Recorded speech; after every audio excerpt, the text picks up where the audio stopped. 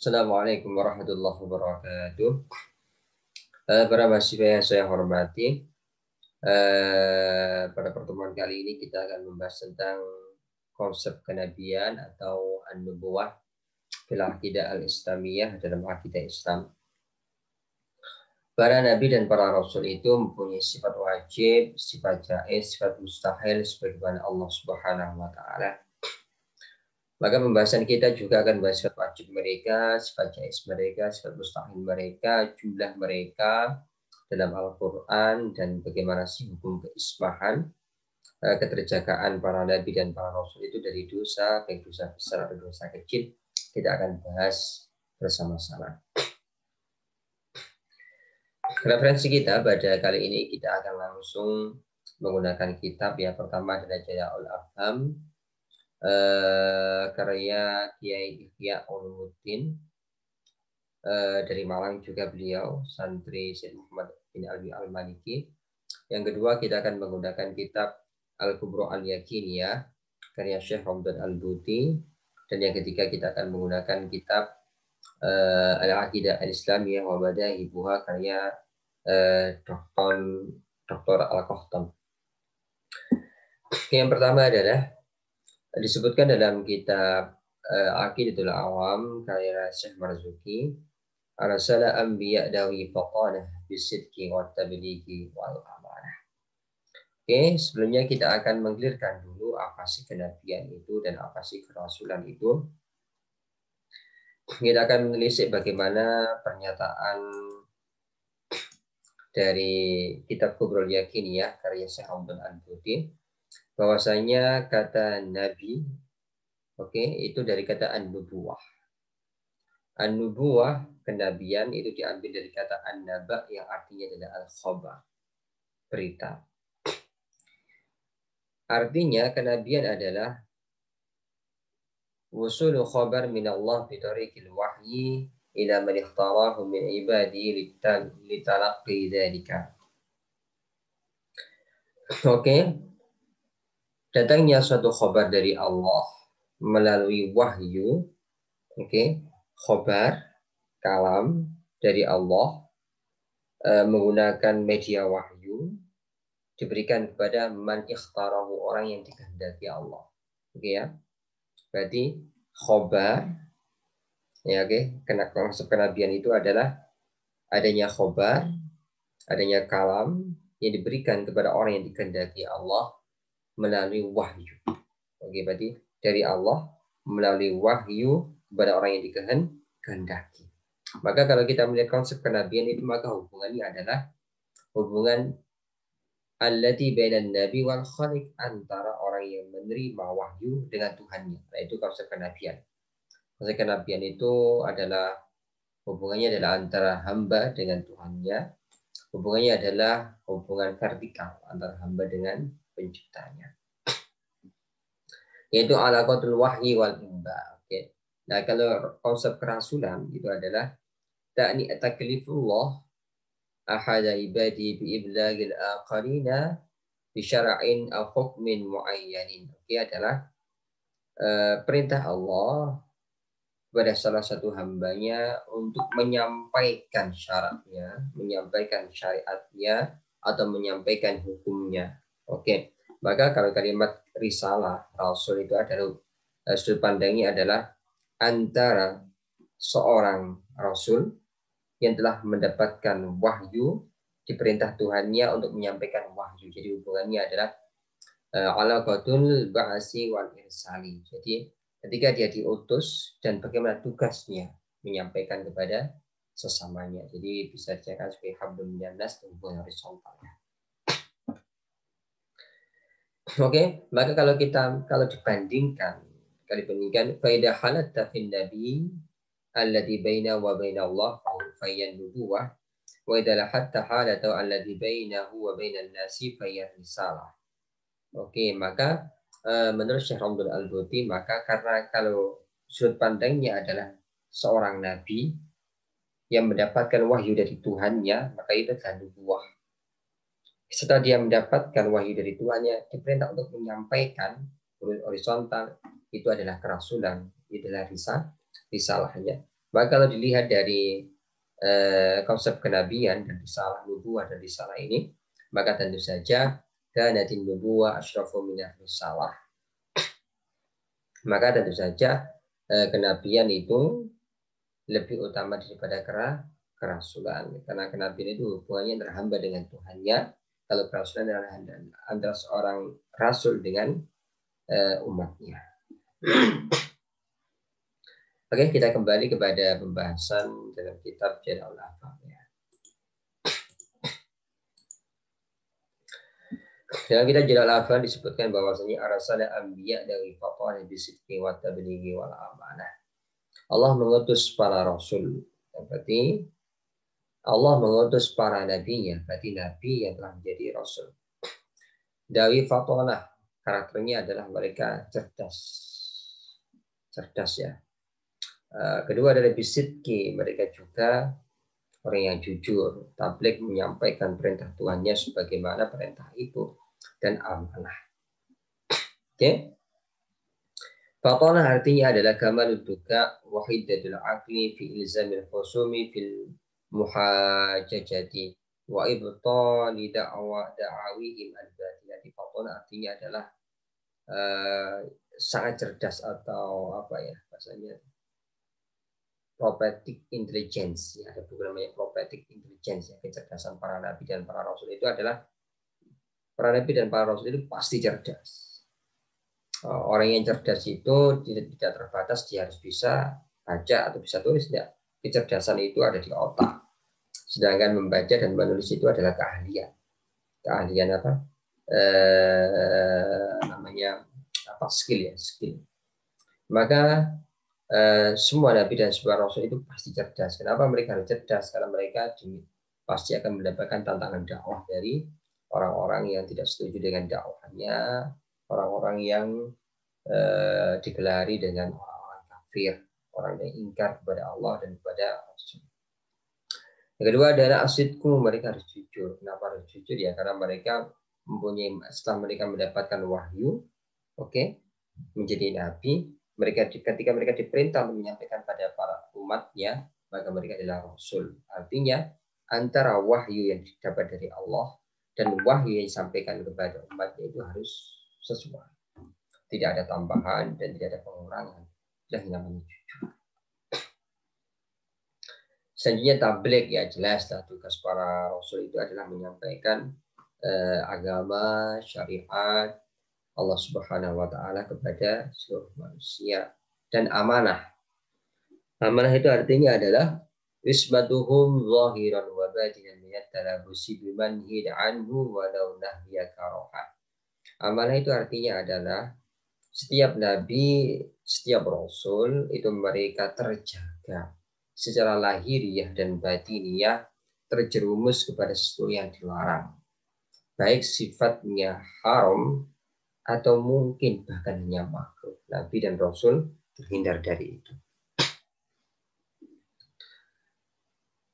Oke, teman-teman, selanjutnya adalah ini dalil-dalil yang bisa kita suguhkan, ya adalah bahwasanya para Rasul itu kewajiban beriman pada Nabi dan para Rasul itu bisa kita lihat dalam surah Al-Baqarah 285 ya. Amanar Rasul bima unzila ilaihi mir rabbi wal mu'minun. Rasul beriman kepada apa yang diturunkan padanya, sebagaimana orang-orang yang beriman juga beriman sebagaimana para rasul beriman. Ulun setiap dari mereka beriman pada Allah, malaikat, kitab-kitab dan para utusan. La nufarriqu baina ahadin min rusuli, kami itu keyakinan kita tidak membeda-bedakan antara satu rasul dengan rasul yang lain. Nah, inilah keyakinan akidah Islamiyah Ahlussunnah wal Jamaah, bahwasanya kita sebagai umat Islam meyakini kenabian sejak Nabi Adam alaihissalam sampai Nabi Muhammad sallallahu alaihi wasallam. Nabi Adam yang pertama menjadi nabi dan menjadi rasul, dan Nabi Muhammad adalah nabi dan rasul yang terakhir. Kita semuanya beriman kepada para nabi dan para rasul tanpa membedakan derajat keimanan kita kepada mereka satu dari yang lainnya. Kita beriman kepada Nabi Musa, juga beriman kepada Nabi Isa, tentu saja beriman kepada Sayyidina Muhammad SAW. Selanjutnya adalah fatonah, adalah kamal duka. Kecerdasan mereka itu perfect ya, sempurna, excellent. Bisa kita lihat dalam surah Al-An'am 83, wa tilka hujjatuna atainaha Ibrahim ala qaumih. Itulah hujah kami, argumentasi kami kata Allah yang kami berikan kepada Ibrahim untuk mengalahkan kaumnya. Jadi hujah itu kecerdasan yang diberikan kepada para nabi dan para rasul atau prophetic intelligence itu adalah dia muhibah, dia given, dia pemberian Tuhan kepada para nabi dan para rasul.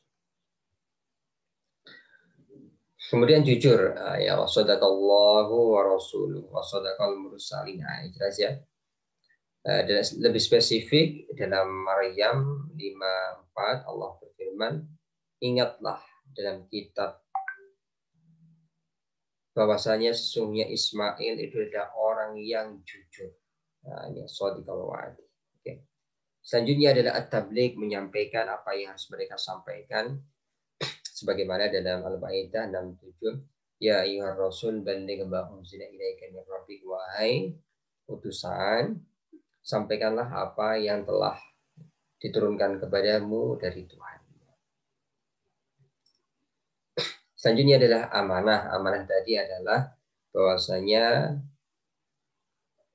para nabi dan para rasul itu tidak akan pernah terjerumus kepada sesuatu yang dilarang, baik yang makruh atau yang haram, baik yang haram lidzatihi aw li ghairihi atau makruh lidzatihi aw li 'adin. Oke, itu para nabi dan para rasul terhindar dari itu semua. Oke, kemudian kita akan membahas tentang al-jaizu fi haqqil anbiya wa rasul alaihi wassalatu wassalam. Oke, menurut kitab Aqidatul Awam disebutkan wa jaizun fi haqqihim min 'aradi bi ghairi naqsin ka khafifil maradi. Artinya adalah wal jaizu fi haqqil anbiya, para nabi dan para rasul itu boleh kok. Mereka terkena sifat-sifat kemanusiaan. Ya, kenapa? Karena mereka adalah manusia.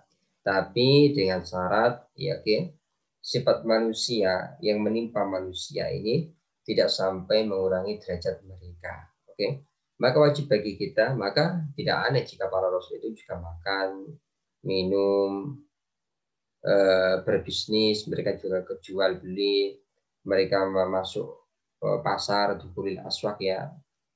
Kemudian mereka juga menikah, mati, hidup, merasakan nikmat, sakit, sehat, sakit. Tapi dengan syarat ukul aradil basyariyah, sesuatu yang menimpa atau karakter manusiawi mereka tidak boleh sampai menunjukkan bahwasanya derajat mereka bisa jatuh ya.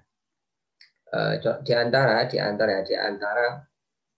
sifat kemanusiaan para manusia itu kan keluar mani, khurujul mani. Oke, tapi ada beda.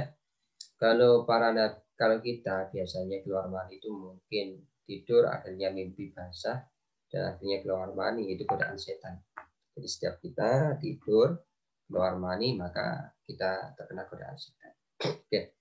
Para nabi dan para rasul juga bisa tidur keluar mani, tapi bukan karena mimpi, tapi adalah bimtina'il awiyah, mungkin karena tempat penyimpanan mani itu sudah penuh, dia harus keluar. Bukan karena godaan setan. Dunal ikhtilami li anna min tala'ubi syaitani. Oke ya. Kalau para nabi dan para rasul itu tidur mimpi keluar mani bukan karena tala'ubi syaitan, bukan karena godaan setan. Kenapa?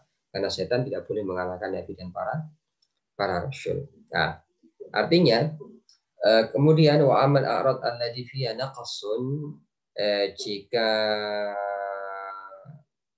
unsur manusiawi itu sampai merendahkan harkat martabat kenabian mereka, maka tentu saja itu tidak akan mungkin terjadi. Maka tidak ada nabi yang hitam kena lepra, tuli, buta, bisu, pincang, kemudian matanya tinggal satu. Tidak ada para nabi seperti itu. Makanya adalah mustahil bagi para nabi dan para rasul. Maka jika Anda menemukan sebuah riwayat yang menyebutkan bahwasanya inna Syu'aiban kana dharidun. Jika Anda baca tafsir, kemudian Anda menemukan bahwasanya ada teks menemukan Nabi Syu'aib itu buta. Nah, buta itu kan penyakit yang merendahkan derajat manusia. Maka menurut pengarang kitab ini ada asalah. Nabi Syu'aib itu menjadi buta itu tidak ada dasarnya. Tidak ada dasarnya. Sebagaimana wakadzalika, nah ini lebih parah lagi ya, lebih parah lagi. Makila inna dud yakhruju min jasadi Ayyub inda maradihi. Nah, ketika Nabi Ayub sakit, itu ulat-ulat itu sampai keluar dari apa? Keluar dari daging beliau, keluar gitu. Nah, tangannya ada ulat-ulatnya gitu keluar, banyak virusnya, banyak apanya. Itu adalah akdubatun. Bisa dinyatakan cerita-cerita seperti yang dilakukan. Nah, itu menurut Ustaz Ihya pengarang kitab ini. Oke. Di antara dalil yang menunjukkan bahwasanya Rasul itu memiliki sisi manusiawi, akhirnya tentu saja beliau juga terkena hukum kemanusiaan seperti beliau juga makan, beliau juga berjalan di pasar untuk melakukan ekonomi adalah Al-Furqan 7 ini. Malihadar Rasul ya'kulu ta'am, Rasul memakan makanan, kemudian berjalan di pasar. Atau Al-Furqan ayat 20, tidaklah kami mengutus para utusan sebelummu Muhammad kecuali mereka juga makan makanan. Dan mereka juga berjalan di pasar melakukan transaksi ekonomi. Para nabi dan para rasul itu juga menikah. Maka jangan sampai Anda nanti karena mungkin memilih jalur dakwah di bidang apapun, Anda sibuk dakwah dalam bidang arsitektural, dalam bidang biologi, dalam bidang fisika, akhirnya Anda tidak menikah, maka Anda tidak sunnah Rasul. Sunnah Rasul itu adalah walaqad arsalna rusulan min qablika, sungguh kami telah mengutus para rasul sebelum Muhammad dan kami jadikan mereka untuk mereka istri dan keturunan. Nah, maka memang itu sunnah para nabi dan para rasul. Oke. Para nabi dan para rasul itu juga meninggal dunia. Jelasnya ini bisa kita lihat dalam Al-Imran ayat 154. Selanjutnya adalah ismatul anbiya wa rasul alaihi wassalatu wassalam. Oke. Ismatuhum kasairil malaika wajibatun wa fadalul malaika. Terjaganya para nabi dan para rasul dari dosa, dari sesuatu yang dilarang, baik itu haram atau makruh, itu harus kita yakini ya. Jadi para nabi dan para rasul itu tidak mungkin mereka terjerumus kepada sesuatu yang dilarang Allah, baik dia haram atau sesuatu itu makruh, tidak mungkin. Oke. Keterjagaan para nabi dan para rasul itu kasail malaikat, sebagaimana para malaikat itu tidak melakukan dosa ya, para nabi dan para rasul juga seperti itu sama. Oke. Kita lihat keterangan dalam kitab ini ya, dalam kitab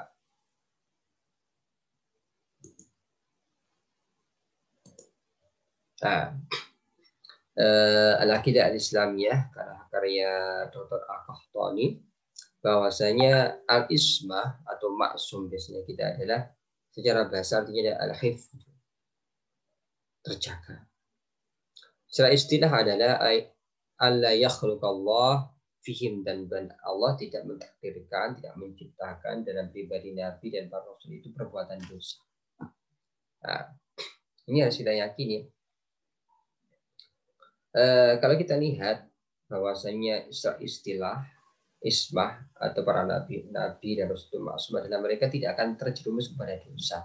Maka dosa itu ada yang kabair, dosa besar, dan juga ada dosa yang shaghair. Oke. Perihal dosa besar, oke. Maka tidak mungkin para nabi dan para rasul itu terjerumus pada dosa besar. Baik sebelum mereka menjadi nabi atau setelah mereka menjadi nabi, baik sebelum mereka menjadi rasul atau setelah mereka menjadi rasul, para nabi dan para rasul tidak akan terjerumus kepada dosa besar. Dan dosa yang paling besar itu adalah kufur. Maka tidak mungkin Qala yajuzu al-kufru alaihim fi hali sigharihim tab'an lil walidaini li'annahum mu'minuna billah 'arifuna bihi fala yajri 'alaihi hukmul kufri tab'an. Oke. Maka para nabi dan para rasul itu dalam keyakinan Ahlussunnah wal Jamaah sejak kecil otomatis sebelum mereka menjadi nabi dan para rasul, kalau Nabi Muhammad itu menjadi nabi dan rasul menjadi nabi usia 40, maka usia 39 usia 1 tahun Nabi Muhammad SAW tidak pernah melakukan kekufuran. Setelah beliau menjadi nabi dan menjadi rasul, tentu saja maka secara otomatis pun beliau tidak akan pernah menjadi orang yang kufur kepada Allah Subhanahu wa taala. Oke ya. Jadi inilah yang dinamakan dengan isbatul anbiya. Seluruh nabi sejak Nabi Adam sampai Nabi Muhammad sejak kecil sampai meninggal dunia tidak pernah melakukan kekufuran. Apa saja kekufuran itu nanti akan kita bahas dalam pertemuan terakhir nanti ya, minggu depan sebelum kita UTS. Yang selanjutnya adalah bohong. Tentang bohong. Maka fayastahilu suduril kidbi anil anbiya'i fi madalla al-mujizi al-qati'i ala sidqihim fi kada'war risalah wa ma yuballighuna 'anillahi ilal khalaiqi ala sabilil 'amdi bi ijma'i ahli al-milali wa syara'ihi kulliha wa yastahilu suduru ala sabilis sahwi wan nisyani inda aksaril a'immatil a'lam wa huwa al-mu'tamad ala afadil muhaqqiquna. Okay. Yang kedua, arti ismah itu adalah para nabi dan para rasul tidak mungkin berbohong. Berbohong seputar apa yang mereka diperintah untuk menyampaikannya dari Allah. Tidak mungkin mereka berbohong. Oke, baik berbohongnya secara sengaja atau berbohongnya itu karena lupa, nabi dan rasul terhindar dari itu. Inilah yang dipegang oleh jumhur ulama ahli tauhid. Yang selanjutnya adalah, nah ini bisa kita lihat ya, dalil-dalil dalil secara nakli bahwasanya nabi dan rasul itu tidak mungkin mereka berbohong. Nah, kenapa? Wa ma yantiqu 'anil hawa dalam konteks menyampaikan risalah, dalam konteks berdakwah, maka wa ma yantiqu 'anil hawa, Nabi Muhammad itu tidak berbicara berdasarkan hawa nafsunya.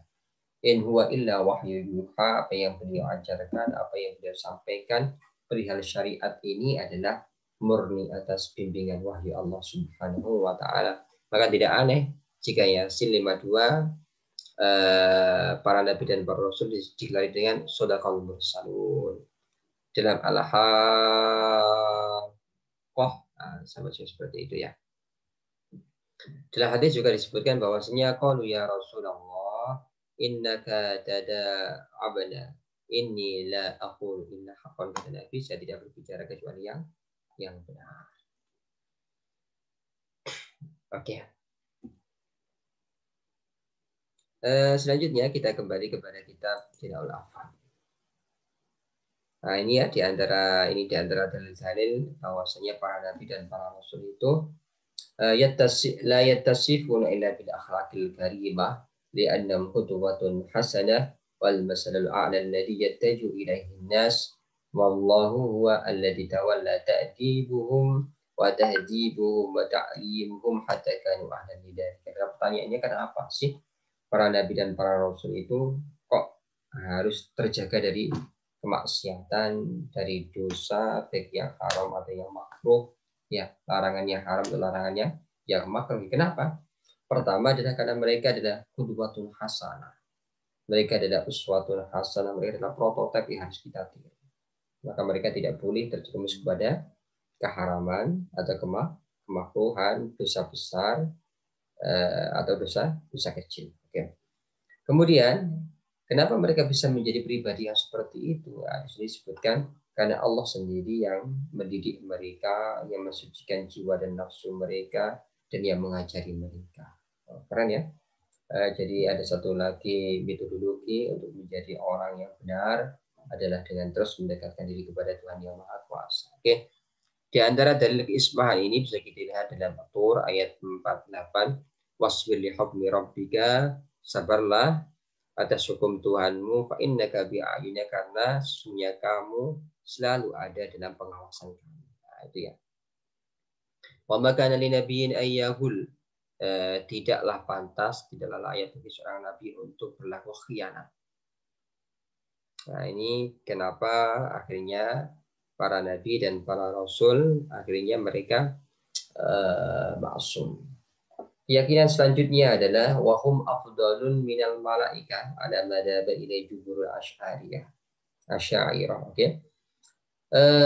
Menurut para ulama dari madhab Asy'ari, alhamdulillah kita termasuk di antara pengikut para madhab Asy'ari.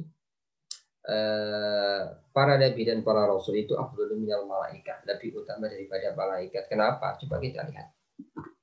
Di antara bukti bahasanya para nabi dan para rasul itu lebih utama dari para malaikat adalah dalam Al-Baqarah ayat 34 Allah berfirman, dan ketika kami berfirman kepada para malaikat, mereka sujudlah kepada Adam, maka sesungguhnya mereka sujud semua. Tentu saja sujudnya adalah sujud ta'ziman ya, sujud memuliakan, bukan sujud ibadah dan sujud penyembahan. Oke, kalau lam yakun Adam afdal minhum lama umiru bisujudlah. Tentu saja seandainya Adam tidak lebih mulia, Nabi Adam tidak lebih mulia dari para malaikat, Allah tidak akan memerintah para malaikat untuk bersujud penuh ketakdiman kepada Nabi Adam alaihi salatu wassalam. Yang selanjutnya adalah yang harus kita yakini adalah wa mimma yajibu i'tiqadu, di antara yang harus kita yakini dalam konsep kenabian, konsep kerasulan adalah anna ba'dal anbiya wa rusul afdalu min ba'din. Oke.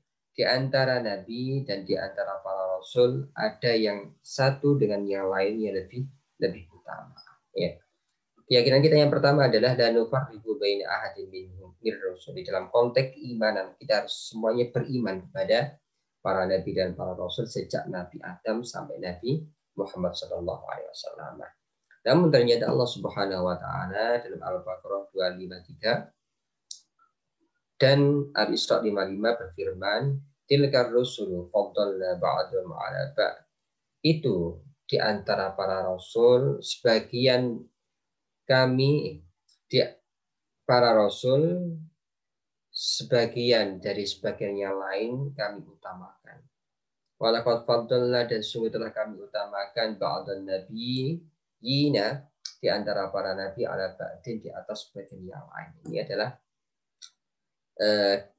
bukan kita yang mengunggulkan, tapi kita tahu dalam Al-Quran Al-Baqarah 253, Al-Isra 55, maksudnya Allah memposisikan satu derajat para nabi itu tidak sama. Derajat nabi tidak sama. Ada yang satu lebih tinggi, satu lebih tinggi, satunya lebih tinggi lagi. Gitu ya. Satunya lebih tinggi, satunya lebih tinggi, satunya lebih tinggi lagi. Oke. Itu adalah di antara dalil bahwasanya derajat para nabi di hadapan Allah, derajat para rasul di hadapan Allah itu tidak sama. Satunya di atas satu yang lain, di atas satu yang lain. Nah, kewajiban kita adalah beriman kepada seluruh para nabi dan para rasul tanpa mengecualikan keimanan itu dari satu jumlah rasul. Oke. Selanjutnya adalah kalau kita lihat adalah di sini faulul azmi. Ulul azmi itu adalah ulus sabri was sabat wa tahammulil masyaq. Artinya adalah para nabi dan para rasul yang mempunyai kesabaran, keteguhan hati, dan mampu menanggung beban dakwah yang sangat keras. Perintahnya adalah fasbir kama sabara ulul azmi minar rusul. Al-Ahqaf ya 35. Bersabarlah kamu yang Muhammad sebagaimana bersabarnya ulul azmi. Ulul azmi itu oleh para ulama adalah disingkat dengan mimin ya. Mimin. Kita singkat dengan mimin. Mereka adalah Sayyidina Muhammad, Sayyidina Ibrahim, Sayyidina Musa, Sayyidina Isa, dan Sayyidina Nuh alaihi salatu wassalam. Oke. Jadi para nabi dan para rasul itu diambil 5. Diambil 5. Namanya adalah ulul azmi. Dari 5 ini yang terbaik adalah satu, yakni Wa afdaluhum 'alal itlaq Sayyidina Muhammad sallallahu alaihi wasallam. Yang paling mulia adalah Sayyidina Muhammad sallallahu alaihi wasallam.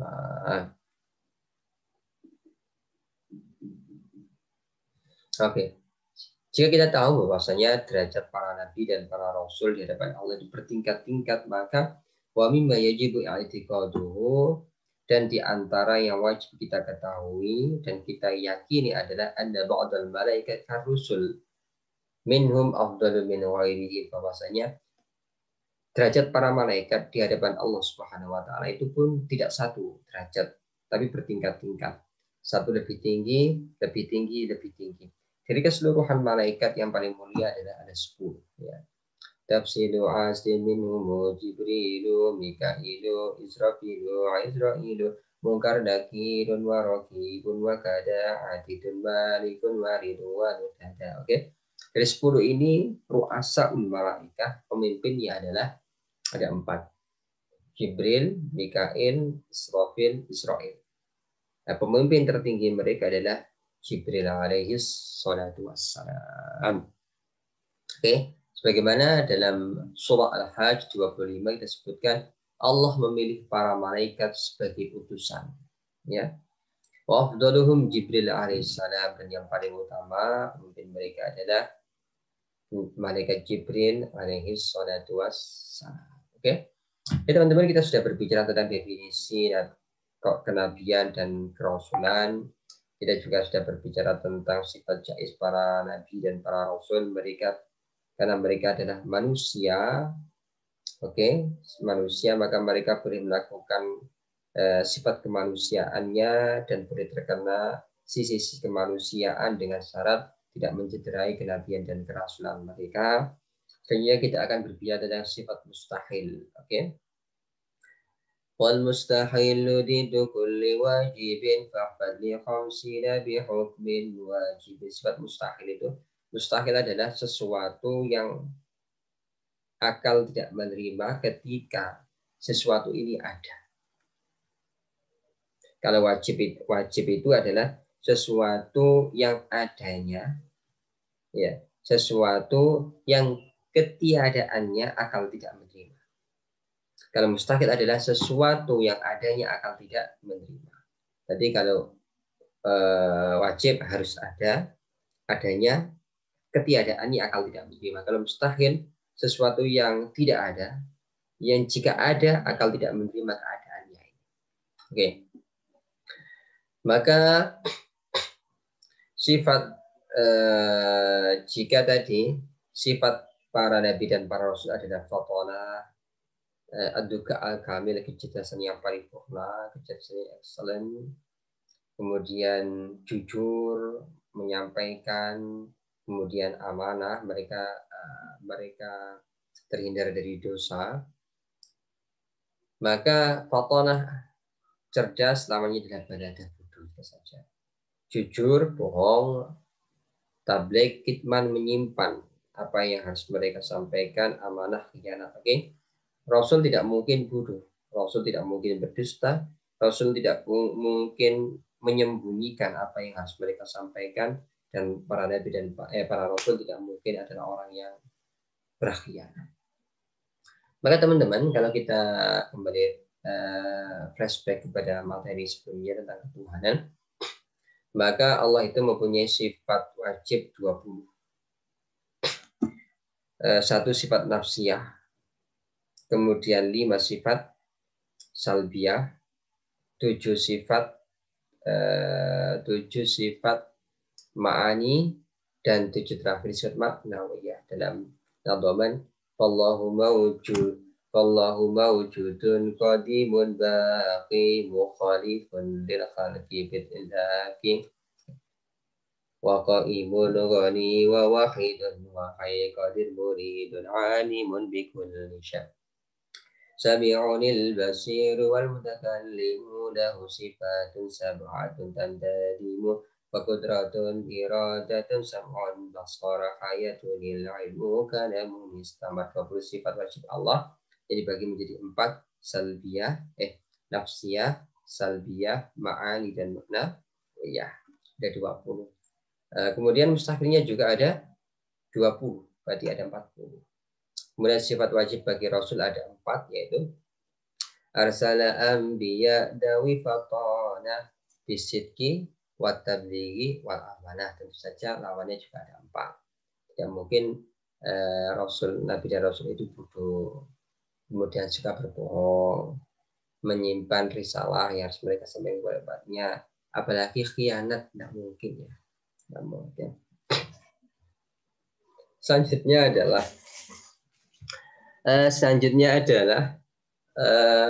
sifat jaiz Allah. Sifat jaiz Allah itu adalah fi'lu kulli mumkinin aw tarkuhu ya. Flashback ya. Wa jaizun fi fi'lu kulli mumkinin aw tarkuhu. Allah itu boleh melakukan sesuatu sekehendaknya. Allah itu tidak ada yang wajib bagi Allah. Kalau Allah mau ini, ya itu adalah kekuasaan Allah dan kehendak Allah. Maka Allah bisa mewujudkannya. Dan sifat jaiz para Rasul, maka jumlahnya ada 20, ada 50. 20 sifat wajib bagi Allah, 20 sifat mustahil bagi Allah, 40, 4 sifat wajib bagi Rasul, 4 sifat mustahil Rasul, ada 48. 1 sifat jaiz bagi Allah, 1 sifat jaiz bagi Rasul, ada 50. Oke. Kemudian kalau kita sebutkan ada Rasul alaihi wassalatu wassalam, jumlah para nabi dan para rasul yang disebutkan dalam Al-Qur'an itu ada ini ya, ada 25. Ada 25. 25 ini, dari ke-25 ini tidak semua diterangkan panjang lebar oleh Al-Qur'an. Jadi di sini kan judulnya kan, sebentar.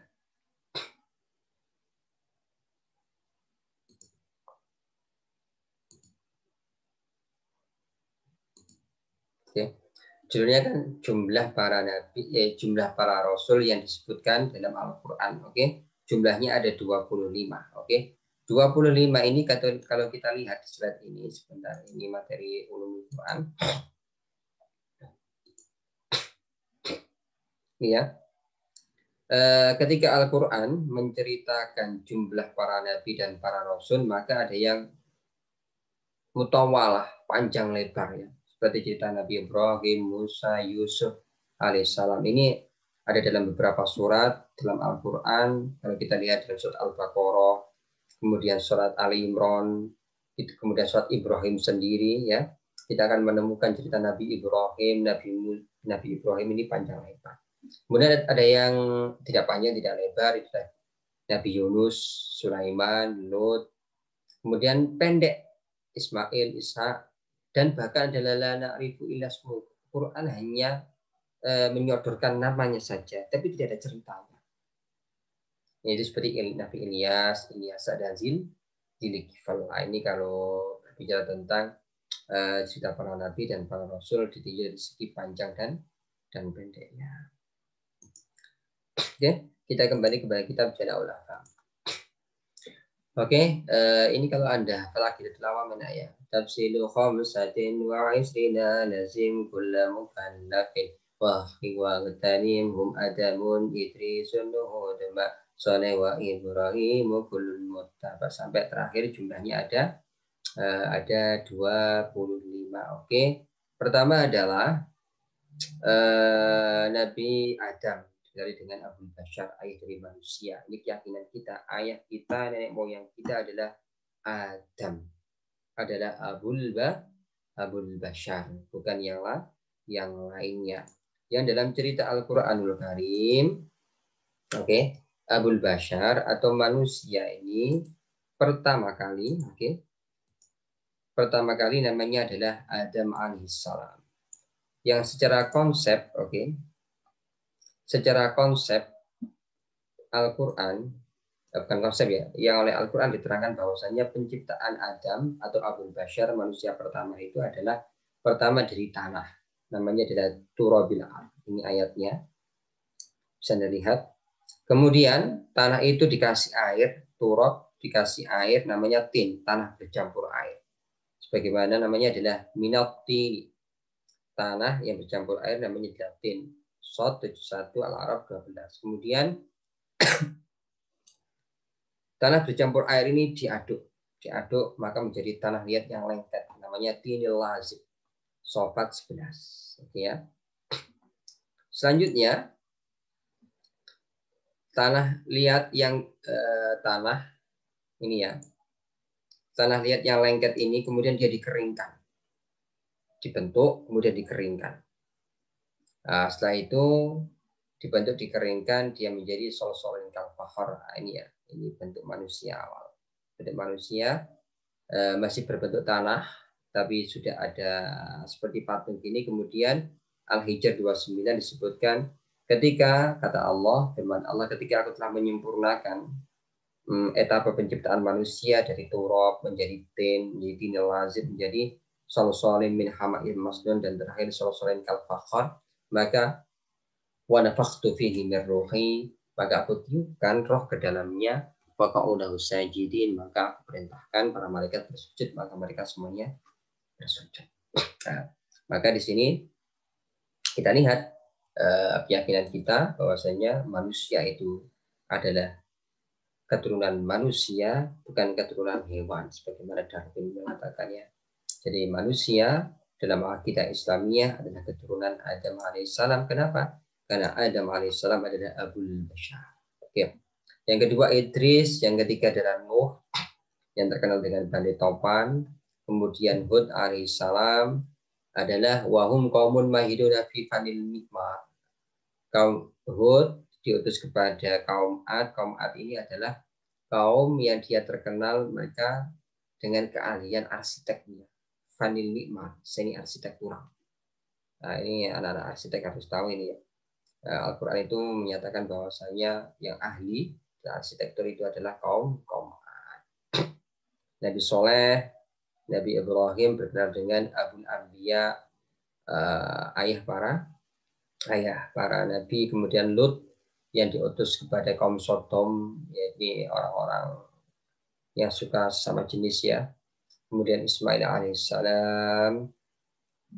Oke, kemudian Ishak, Yakub, kemudian Yusuf alaihissalam yang terkenal dengan orang yang mulia, putra orang mulia, putra orang mulia, putra orang mulia.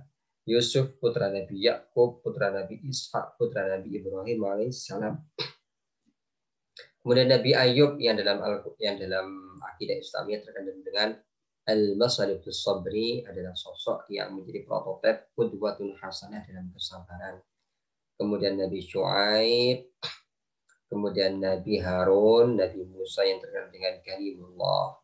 Kemudian Nabi Ilyasa, Nabi Zulkifl, Nabi Dawud, Nabi Sulaiman, Nabi Ilyas, Nabi Yunus bin Matta, Nabi Zakaria, Nabi Yahya, dua nabi yang terkenal dengan wamata syahidan. Nabi Zakaria mati syahid, dibunuh oleh umatnya. Nabi Yahya, putra Nabi Zakaria, juga mati syahid dan dibunuh oleh umatnya. Kemudian Nabi Isa bin Maryam yang terkenal dengan Masih, dan tentu saja Nabi Muhammad Sallallahu Alaihi Wasallam. Perbedaannya adalah jika mulai Nabi Adam sampai Nabi Isa, Nabi yang pertama sampai Nabi yang ke-24, itu diutus kepada golongan tertentu, kepada klan tertentu, kepada umat tertentu. Oke. Nabi Hud tadi kepada kaum Ad, kemudian Nabi Musa kepada Bani Israel. Nah, jadi kepada umat-umat tertentu, jadi lokal dakwah mereka itu lokal. Nah, kalau Nabi Muhammad maka dia adalah rahmatan lil alamin, maka cakupan dakwah Nabi Muhammad itu kepada seluruh alam. Oke, ke seluruh manusia tanpa dibatasi oleh tanpa dibatasi oleh teritorial, tanpa dibatasi oleh sekat negara, sekat bangsa, sekat klan. Nah, itu kepada seluruh manusia. Oke, selanjutnya kita berbicara perihal adadul anbiya wal mursalin. Pertanyaannya, berapa sih jumlah nabi dan para rasul itu? Oke, secara jumlah kalau kita lihat dari hadis-hadis ya, maka jumlah nabi itu adalah 124.000. Sedangkan jumlah Rasul adalah 313. Tapi menurut Syekh Bajuri, Syekh Bajuri dalam kitabnya Hasyiah Bajuri ala Jawharatul Tauhid yang menyatakan al-imsak an hasrihim fi adatin mas-sahih. Menurut pendapat yang sahih, yang valid, kita percaya saja bahwasanya Allah itu mempunyai nabi, mempunyai rasul, sedangkan hitungan mereka wallahu a'lam bishawab. Apakah 124.000 untuk nabi, 13 untuk rasul, wallahu a'lam bishawab, hanya Allah yang tahu kebenarannya. Kenapa? Karena dalam surat An-Nisa 164 Allah berfirman, telah kami ceritakan para rasul padamu sebelumnya, dan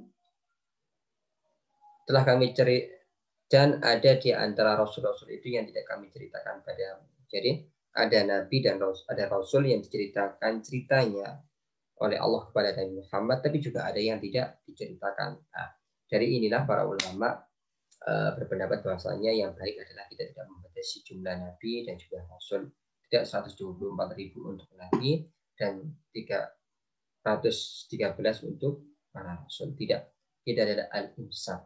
Hanya Allah yang tahu kebenarannya. Terima kasih para sahabat. Semoga bermanfaat. Assalamualaikum warahmatullahi wabarakatuh.